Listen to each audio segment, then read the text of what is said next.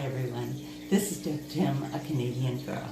I got something in the mail a couple weeks ago and I wanted to do an unboxing for you, but I just didn't have the time. So I opened it and checked it out and I'm really excited about it. So in this video, I'm setting it up to use in my African Cichlid 75-gallon aquarium. So please stay tuned.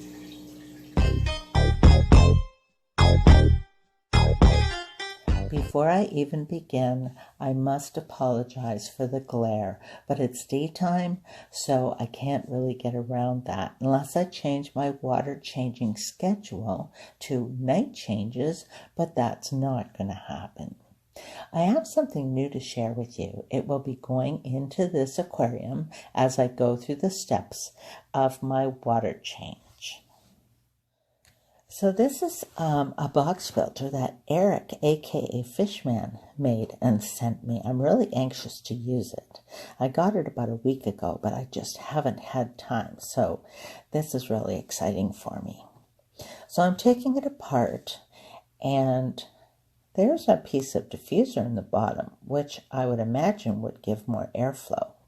So the stack here, I'm going to hold at the base of the container, cover the hole with my finger, and I'm going to pour in the Cocoa Puffs. At least that's what I call them. They're media balls.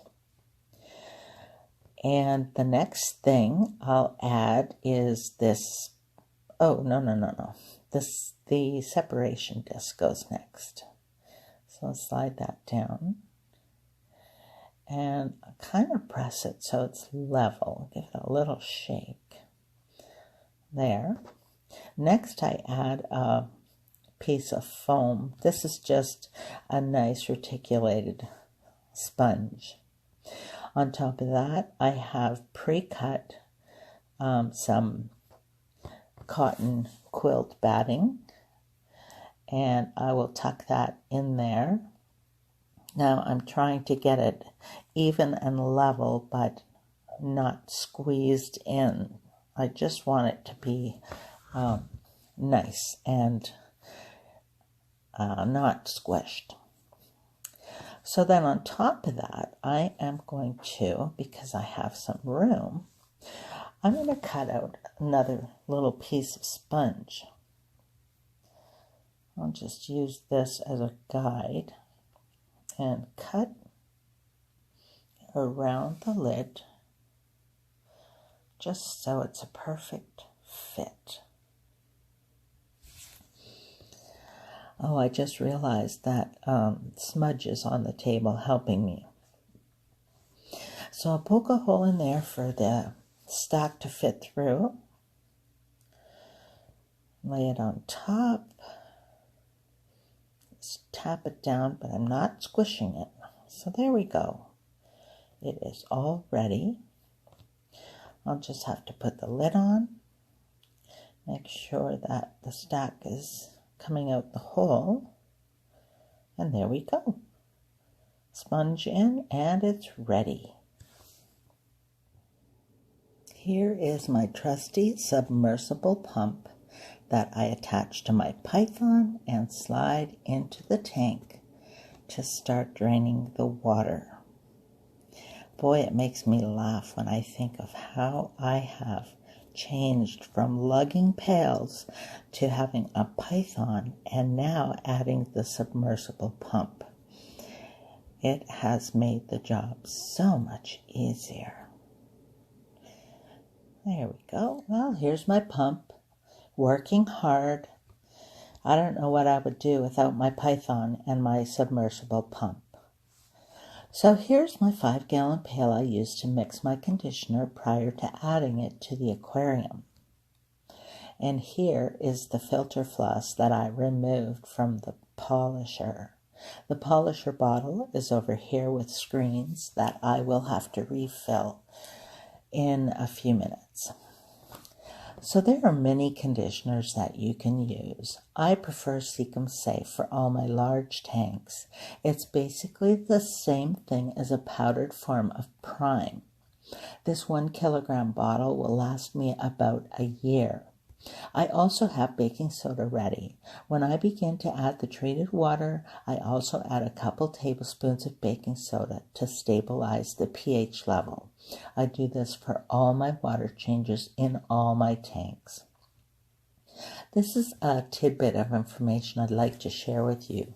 When you are using any type of water treatment product, make sure that you only mix it with the water right before you add it to your aquarium. These products do a great job, but they treat the water and disappear very quickly. If you mix the treatment and let it stand too long, it will lose its effectiveness. So just remember to add your water treatment product just before you add your water to the aquarium. So I removed all the decor. My pump is down to about halfway now. And this is my beautiful pile of rocks. Now I'm trying to decide how I'm going to do it. I think I'm going to make a larger pile for the big fish and a smaller section for the little ones. There are two pails that I still lug. My water treatment pail and this one, my vacuum pail. I always do my vacuuming this way, and it's how I prefer it. I never have to worry about sand going down my drain. So now my tank is filling, and I just added the new box filter. It looks pretty cool, and of course the fish all have to check it out as well.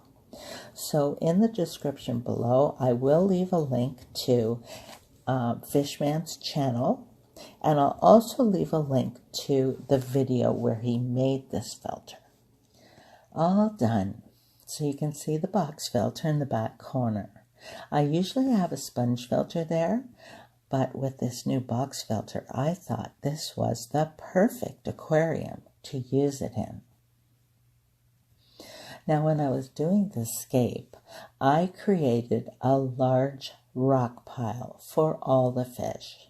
It's such a big part of what makes Mbuna the rockfish we love so much. The juveniles are doing very well. They're quite comfortable mixing in with the big guys. On the other side of the tank, I made a smaller area where the little ones can seek cover if needed. I even added a couple potted plants from the dollar store. I often see the little ones hiding within the greenery. But the fish are looking wonderful, and of course they always like it right after a full water change. Now this tank, I haven't changed the substrate in, so that will be coming up. There's my handsome Spectre. His colors are stunning. You know, he is such a fantastic tank boss. I know I say that all the time, but he really is so much like Ghost. I can't believe it. He has control over the tank like you wouldn't believe. He doesn't claim a home in the rocks. He's more concerned with keeping the peace. I do see him go into the rock pile to break up disputes and squabbles, but for the most part, he cruises around the tank and keeps everybody calm. So there you have it, my clean tank. So until next time, this is Deb Tim signing out. Thanks so much for watching. I wish you a wonderful day tomorrow and a super weekend ahead. And I also just want to remind you that there is a link in the description to Eric, aka Fishman's channel. And I also added a link to the video of him making my beautiful box filter. So check those out. Drop by to Eric and say hello. Let him know I sent you. And I will talk to you soon. Bye.